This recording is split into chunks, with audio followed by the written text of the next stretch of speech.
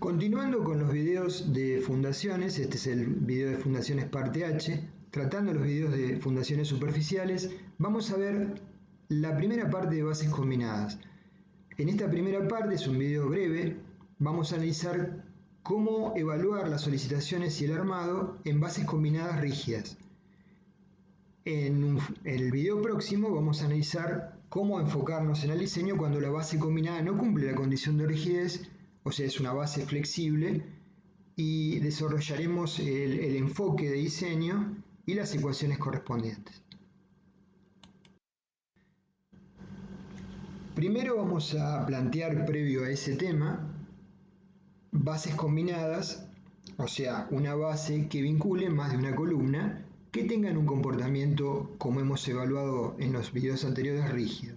Entonces, cuando por razones arquitectónicas se encuentren columnas cercanas o bien las áreas requeridas de las bases aisladas se empiecen a acercar mucho, a superponerse, es factible que la solución más razonable sea una base única que vincule a varias columnas, llamada base combinada.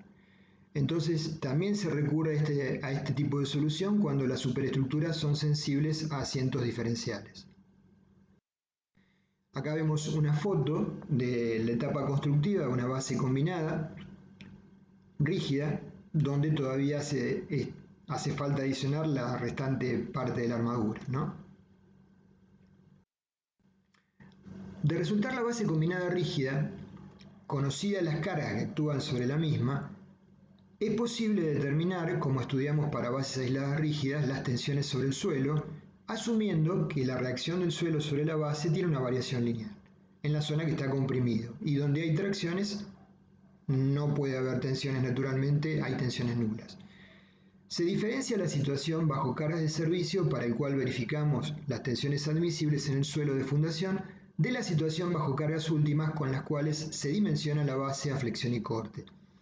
Tenemos que verificar para cada combinación posible de cargas la excentricidad que se genera, ¿sí? El cociente de m sobre n, y que la misma, el valor de E, sea menor que L sobre 6, donde L es la dimensión de la base, a fin de que la resultante caiga dentro del núcleo central de la base y toda la base sea activa.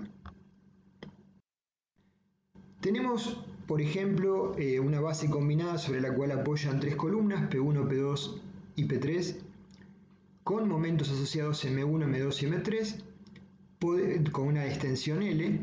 Podemos obtener, tomando momentos respecto del baricentro de la base, el valor de PU con la excentricidad asociada equivalente a este sistema de fuerzas.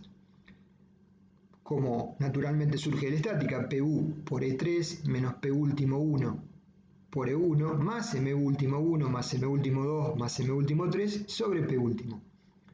Surge el valor de U, que estaría graficado como E en el dibujo, donde P último va a ser P1 último, o sea, la sumatoria de las cargas últimas, P1 más P2 más P3.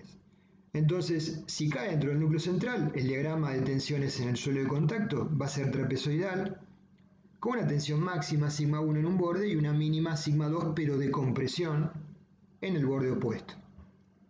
Habrá que verificar para el nivel de cargas de servicio no mayoradas que la tensión sigma 1 sea menor que la tensión admisible, y con las cargas mayoradas y las acciones y las reacciones del suelo sobre la base, podremos obtener las solicitaciones a lo largo del eje de la base, de flexión y de corte, para hacer el diseño de la misma.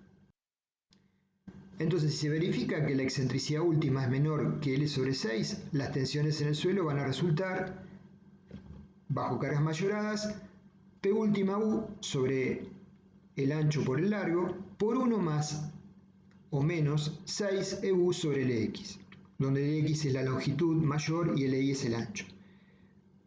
Para verificar las tensiones del terreno, usamos cargas de servicio, entonces P es igual a PD, el peso de la base, más P1 más P2 más P3. P1, P2 y P3 están asociados con D y L, o con la combinación de carga de servicio correspondiente. Y la tensión en el suelo a verificar es P sobre LX por LI, por 1 más o menos 6 por E sobre LX menor o igual que sigma admisible. Acá sí tiene sentido comparar con la tensión admisible que nos arrojó el estudio de suelos. Entonces tenemos como una barra rígida la viga con las acciones que recibe, las cargas P última y M último, 1, 2 y 3, y la reacción del suelo trapezoidal sobre la misma. Entonces, en base a este esquema de cuerpo rígido, podemos obtener las solicitaciones de momentos flectores y esfuerzos de corte, ¿sí? Suponiendo este cuerpo rígido cargado con el diagrama de tensiones del suelo y las cargas incidentes de las columnas. Se arribará a diagramas de esfuerzos de corte con esta geometría y momentos flectores asociados. Tenemos que interpretar correctamente los momentos flectores y el significado de dónde están las tracciones. Bajo las cargas aplicadas, el momento flector va a ser positivo, ¿sí? Y por lo tanto, la armadura principal de cálculo va a ir abajo en las fibras inferiores y entre columnas la curvatura va a ser negativa y por lo tanto el momento flector negativo, según la convención que utilizamos, eso tiene que ver con que la armadura requerida de cálculo va a ir en la fibra superior. No importa si consideramos negativo en un sentido u otro, lo importante es que, porque en algunos software el diagrama se invierte, ¿sí? Con respecto a lo usual, a lo que solemos utilizar por lo menos en nuestro medio, que son momentos positivos por debajo del eje, momentos negativos por encima del eje. Lo importante es conceptualmente interpretar cómo está trabajando el elemento y dónde están las tracciones, ¿sí? Y por lo tanto, cuáles son las secciones donde debemos diseñar, determinar y ubicar las armaduras de cálculo. En las restantes tendremos armadura mínima. Esto sirve para resolver la base combinada en el sentido longitudinal. ¿Cómo resolvemos la cuestión de la armadura de la base combinada en el sentido transversal, normal al eje? Bueno, si la base combinada tiene un nervio rigizador, como vemos en el caso A, podemos aceptar que tomando por fajas, la tensión, la reacción del suelo en una fajita de 1 metro es uniforme, igual al máximo valor de sigma t, de abajo hacia arriba, ¿sí?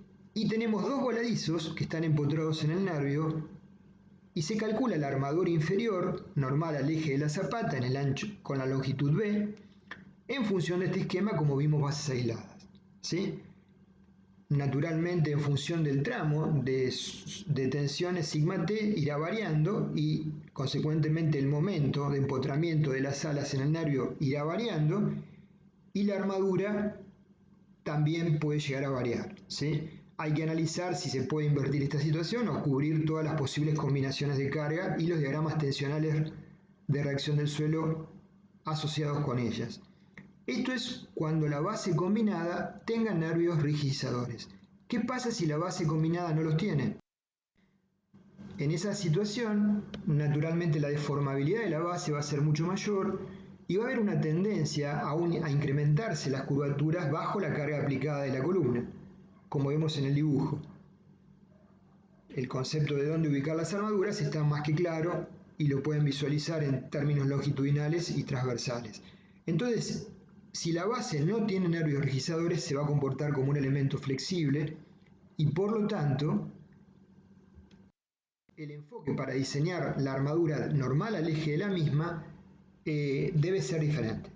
Nosotros seguimos el criterio de lo que propone el ingeniero Calavera Ruiz, que es, bajo cada columna de ancho C, en el sentido de la longitud de la base, adoptar una base aislada equivalente en secciones 1,1 y 2,2 con una distancia C más 2H, donde H es la altura de la base, en la columna C', C' más 2H, y entonces con ese concepto de esa basecita aislada ficticia de sección 1,1, 2,2 y el ancho correspondiente C más 2H, y la carga aplicada, obtener las armaduras de cálculo, según el concepto de base aislada, en la dirección B, bajo cada carga aplicada de columna, ¿sí?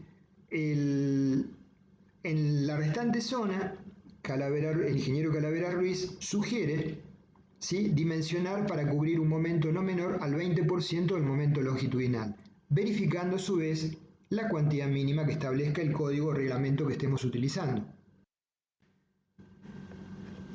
Cuando la base combinada no cumple la condición de rigidez, ya se comporta de otra manera y hay que evaluarla naturalmente de otra manera. Tenemos una base combinada flexible.